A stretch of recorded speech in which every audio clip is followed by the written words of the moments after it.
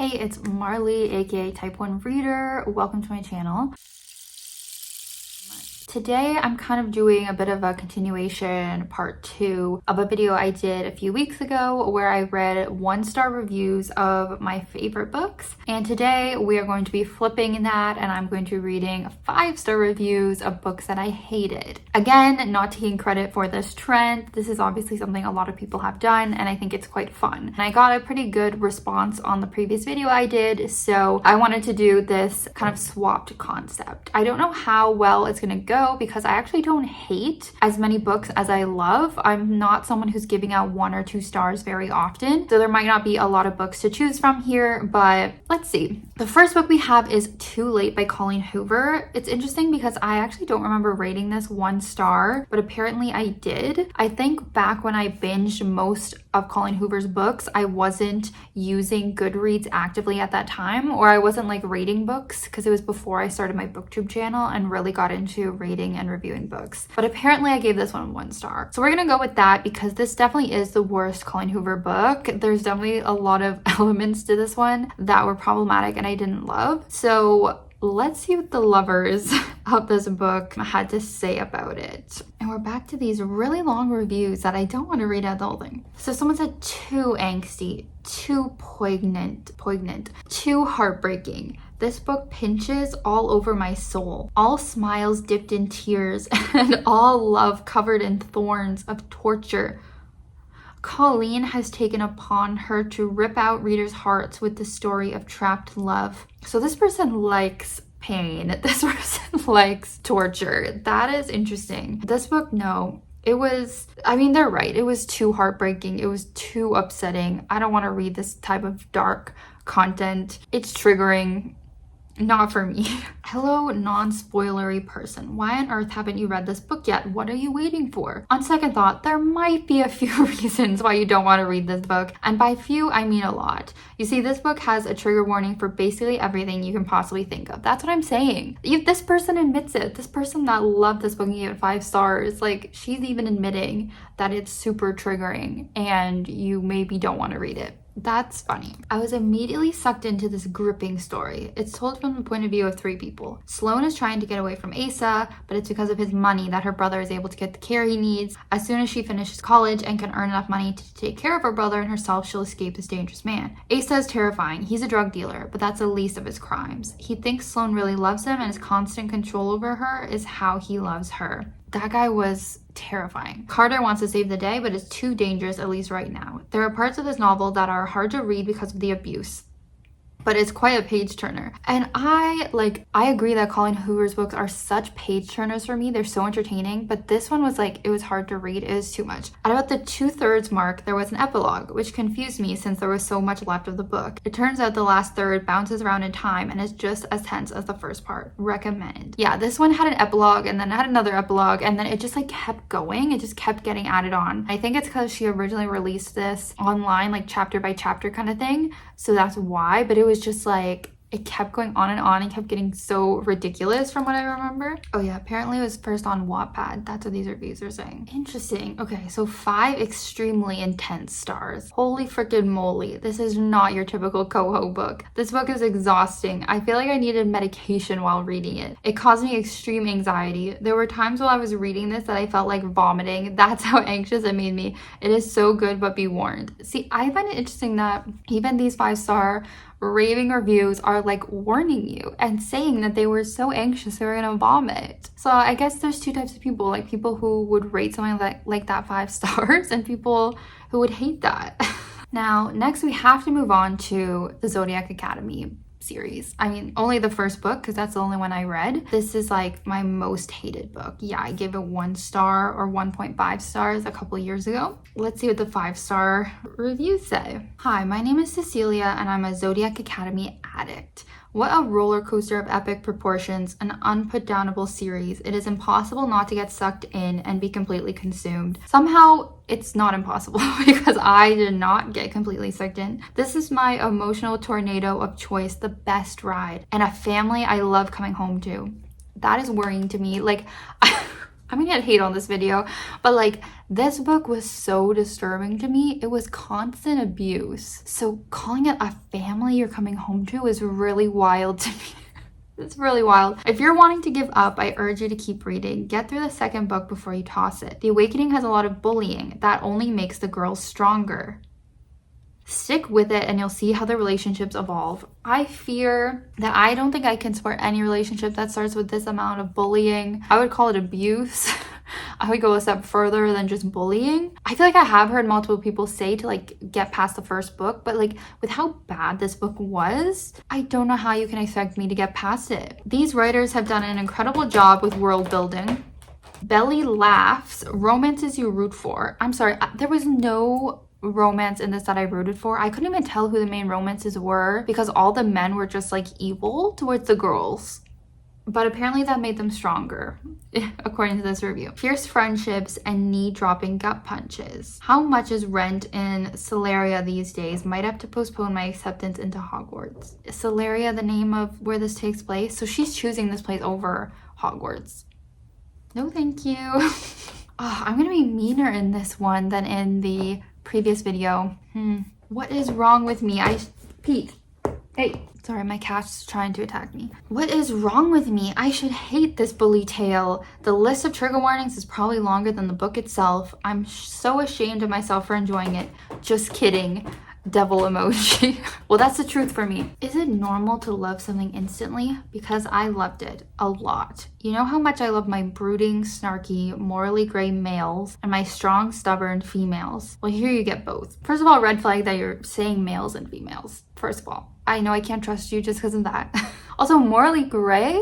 I would say evil. I would say straight up evil for the males.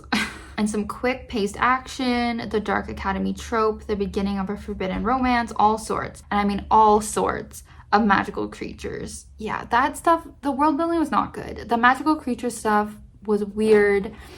Oh, it's hard for me to remember all of it, but I don't think that part was well done, honestly. Wow, this book deserves more than 5 stars. I literally read this in less than a day. I felt like a druggie that needed her next fix in the form of pages and pages and more chapters. I am addicted and I'm not even ashamed to admit it. See, this is so wild doing these videos because it's crazy that like a book can have such a different effect on people. Like it was such a struggle for me to get through this. Mainly I think because the content was disturbing me. I don't remember if the writing was pretty bad too actually. First of all, the world building in this series is phenomenal. Honestly, it's one of the best I've ever read. Oh my god. Like, what else have you read? Oh my god. I'm completely invested in all the different aspects of this world. I love these type of books that immerse me in a different world and convince me that it really does exist. And this book does it perfectly. Okay, I will say that the editing is not good. Well, that's correct. But I didn't want to put the book down at all. So 5 stars for that reason alone. You know what? I can respect just rating something out of enjoyment. You know the flaws, but you still loved it. Okay, I'm going to go to the next book. So that's Summer by Sarah Dessen. I read a couple years ago. It's a really old book. It was her first book, published the year I was born. That's why I read it. It was for a reading vlog. I think I gave it 2 stars because it was like nothing happened. So why do people love it? Many of my friends on Goodreads didn't like this book, and it's because they just don't get it. Okay, I can connect with Haven completely and I felt her pain about all of the issues in her life. This book, if you can relate, was so sad and made me cry. It was just really painful for some people who can relate. I'm not going to go into detail, but if you think you might like it, then read a little. If you don't start to connect, then dump it. I love this book in a different way than the others I've loved. It meant something to me and it helped me. I'll never forget what that summer meant to me. It was a wonderful book. Honestly, I am happy to hear that. I'm also not surprised to see that review is from 2012. I think my issue is I read it, as I said, just a couple years ago, and this was such an old book that I was dealing with such like non-unique stories that like we've seen before. I think it was like parents divorcing and like I can't even remember all of it, but it was like very basic concepts that have been seen before. So I can get maybe why someone like 10 years ago enjoyed it because these weren't overseen, overdone stories. This is Peach. Oh god. But I'm glad that this person really connected with the story. It just didn't do it for me. I guess I didn't relate to it. Yeah, I am noticing that a lot of these 5-star ratings are old reviews, which makes sense. Like, who's reading this recently? This is probably the best book by Sarah Dessen. I have only read 2 total, this and one other one, but it's definitely not the best. Haven has a very bad summer, the summer that her sister Ashley gets married, but she keeps remembering a magic perfect summer when her family went to Virginia Beach before everything fell apart. I had very strong emotions about most of the people in this book. I especially disliked her father for falling in love with the weather pet. I was glad that her mother found a best friend to help her survive and be able to plan Ashley's wedding. This is a perfect summer read. That actually is a newer review, 2019. I guess if you just really connect with what it's saying, maybe you'll like it. Sometimes I hear people say they're looking for stories that aren't focused on a romance where the main character isn't just trying to get with a guy. This is one of those stories. It's about family and friendship and sisters and trust. It's perfect, but then again, of course it is. It's Sarah Dessen. I'm gonna be honest, probably if this had a romance, I could have enjoyed it more. Yeah, a lot of people are happy this had no romance. Okay, here's one. This was my favorite book as a kid/teen, and it still hits the same, and she gave that review last month. So again, maybe if you read this when you were younger, it'd be nostalgic for you. I don't think reading it now as an adult is something I would recommend. Okay, let's move on to Carrie. This will have a ton of reviews, but let's see, I give it 2.5 stars in 2021. This is the one and only Stephen King book that I've read. Yeah, clearly I didn't love it. So let's see what the 5 stars are saying. After I read other 6 novels by the King, I finally found the novel which deserves 5 stars. Too many more, I'm spoiled for choice. Carrie is a young girl living with her extremist religious mother and is severely bullied at school. She also has telekinesis powers waiting to burst and to lead to mass murders during her prom. What I liked about this novel was the way the author blends first-person narration with extracts from memoirs, articles, and other documents which unveil what happened before and during the horrible events in Chamberlain, Maine. So this was actually something I didn't like. Maybe this was kind of like revolutionary for storytelling, having that mixed media that is popular now in books. But for me reading this story, I think it would have been more effective if you didn't know what was going to happen. Obviously going in, I've seen the movie, so I know what was going to happen. But the fact that we were getting these articles basically just spoiling what's going to happen at the end with Carrie's powers and her, doing the big attack that she does, I just found I wasn't as invested because of that. It seems that King has been an expert in people's psychology even from his first novel. I find it that he succeeds to write the horror and evil of humans' mind. I felt a lot of empathy for Carrie, I was invested in her destiny, and was conflicted about the outcome of her revenge. That is true. But yeah, I really didn't like that format, as I said. The one and only other Stephen King novel I have ever finished apart from The Shining. My sister's a big fan of Stephen King. I prefer to sleep at night. The topic of bullying never seems to go out of fashion. We humans keep repeating history. I'm so glad the schools are addressing this issue, but we still have so far to go. I honestly can't remember whether I saw the movie first, then read the book, or vice versa. Sissy Spacek did a great job, but the actress who played the mother stole the show. Is this a movie review or a book review? Okay, I'm bored of the Carrie ones. What else do we have? We'll Always Have Summer by Jenny Han, the 3rd Summer I Turned Pretty book. This was very disappointing. I gave it like a 2.5. It really ruined the series. So let's see why people liked it. All I can say is that I loved it. I cried more times than I'd like to admit reading this book. Susanna always knew who Belly would marry. Okay, you know what? I hate that. That was a grown-ass woman. She had no business to be planning who Belly was gonna marry when she's a child and deciding she's gonna marry one of her boys. I find that to be a very problematic theme in this series. If only Susanna had known how she would get there. This book started out strong, and I mean chest clenching, life-altering strong. I've never smiled and cried so much in my life. Yikes. Let me start this by saying We'll Always Have Summer probably might be the best book I've ever read. I love that she added probably might. And then came in with the strong best book I've ever read. It's not really convincing me. And then she goes, I am damn serious. Why did you say probably might? Every single thing about it is perfect, and I wouldn't want it any other way. The story is perfectly crafted. The characters, who by now we know better than we know ourselves, are back and making us fall in love with them all over again. But shit goes down nonetheless. Throughout the book, you're debating whether Belly should choose Jeremiah or Conrad. Halfway through, I was pretty sure, I can't see. I'm pretty sure there wasn't going to be a happy ending, which made me so incredibly heartbroken and sad. I couldn't stop crying. There were so many emotions mixed into this. this, blah, blah, blah. The ending is beautiful, amazing, perfect. I can honestly say my life is now complete after reading this. Another thing I loved about it was that Conrad's POV, and that made things so much more clear. He's not the guy everyone made him out to be. I mean, like, he's so much more than the brooding anti-hero. He's compassionate and loyal, and he's my little baby, and I love him more than I loved anyone or anything. Wow. I hope this girl is enjoying the show. I hope, like, I'm glad she's being fed with more content, because this, like, really affected her. Like, this book made her entire life. Such a different experience. I think it's the Team Conrad girls. I love this, which makes sense, but that I am not. I don't know if this person is joking or what, but she references chapter 35, Conrad. I would rather have had someone shoot me in the head with a nail gun repeatedly than have to watch the two of them cuddling on the couch together all night. Which I guess is a quote. I don't know. Perfect book, very logical decisions by all characters, no notes. It's actually the opposite. It's actually the opposite. I remember the characters were being so dumb in this book and not logical, and there were a lot of notes.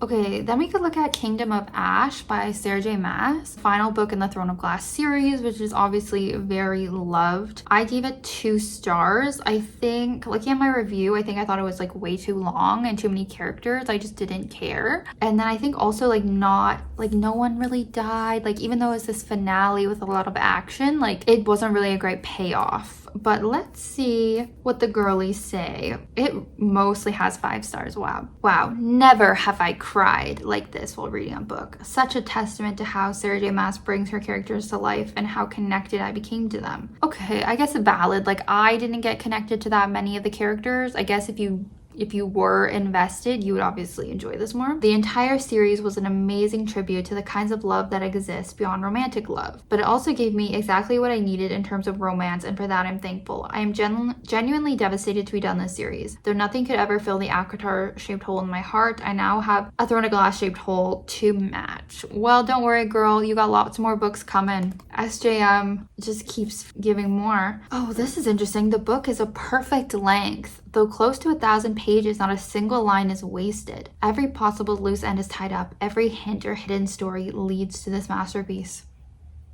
Too long. I still say too long. Okay, these reviews are not interesting to me, so I'm gonna move on to A Little Life. This book is beautifully written. You know, you get really invested in these characters, but it was the most traumatizing book I've ever read, and since then I highly recommend against reading it. Oh yeah, I see my review is literally just don't read this book. Let's see the 5-star reviews. I think it's gonna be people who are just really felt a lot of emotion from this, and I did too. You have to while reading this, but it's like, it's negative emotion, but maybe these people will enjoy that. I slept with this book after I read it. I kid you not. I held its bulking hardcover bound 700 pages in my arms as I fell asleep amid a raging storm. I refused to let A Little Life leave me. I've been trying to get that story to leave me since I read it. It's so upsetting. It's brilliant writing, true. It's broken characters, yes. And its bleak, unforgiving story dug into my heart, into the very pores of my skin. As a 20-year-old, I felt both so young and so old upon finishing this novel, as if its sheer humanity aged my soul while making me appreciate all the years I still have left. I think it was super depressing. I think the ending was bad. If it would have just had like a better, more like uplifting ending, I could have got behind it more, but it just didn't have a good message, in my opinion. It may sound presumptuous to say in January that I found the best book I've read all year, but reading is a lot like love. Sometimes you just know. A Little Life is a title with 3 meanings. First, it refers to its protagonist, Jude, a man who cannot ever accept that his life is worthwhile. With what that man goes through, I don't blame him. With what the author put him through, I don't blame him for that. Second, it refers to the act of reading it. Spending time in this book is really like living a version of life. That is true. Like, you are literally with these characters their entire lives, mainly Jude. It was like a whole life.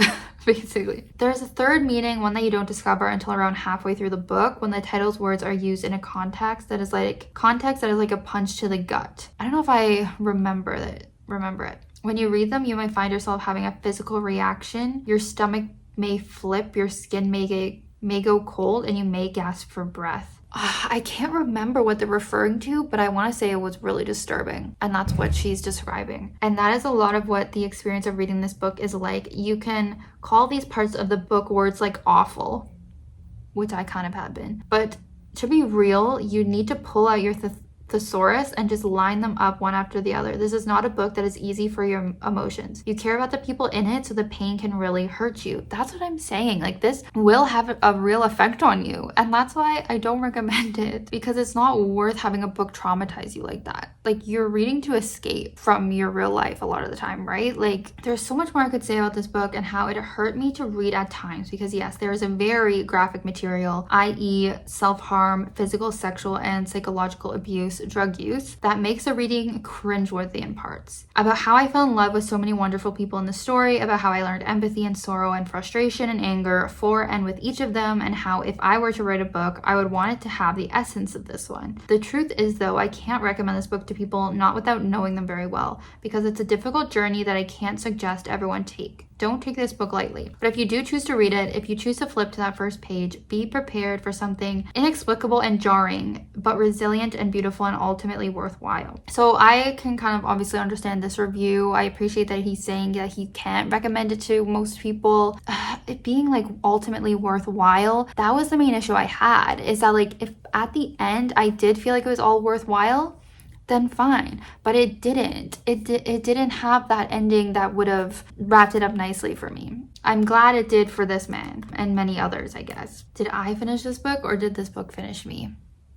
This book was horrifying. This book was stunning, crossed out. I would not recommend it to anyone. I loved it and hated it in equal measures. This just connected so hard with me and somehow resonated with me. I see why people call this almost torture porn. I also see why people call this a masterpiece. Both are kind of true. It was very, how much can we push Jude St. Francis till he collapses, of the author to write this. But it was also so tragically, beautifully real at its core, and that is why I love it so much. So I respect this person's review. Like, again, she's saying she doesn't recommend it. She kind of hated it. She sees the torture porn comments, but she just personally like loved it. Like, I get it. Like, it was really beautiful in certain ways. I know this is called a sad book. Honestly, it didn't feel like that to me. It just made me feel so much. It made me feel empty. It made me rage at the world. But honestly, the fact that I read it in 3 days and picked up nothing else is insane, because usually I get distracted and keep switching books. It is written very well, and like, I do remember the writing being kind of addicting at times. Okay, this is a book I read recently, Two Lost Boys, and it's gonna be in my least favorite books of the year. Did anyone rate this 5-star?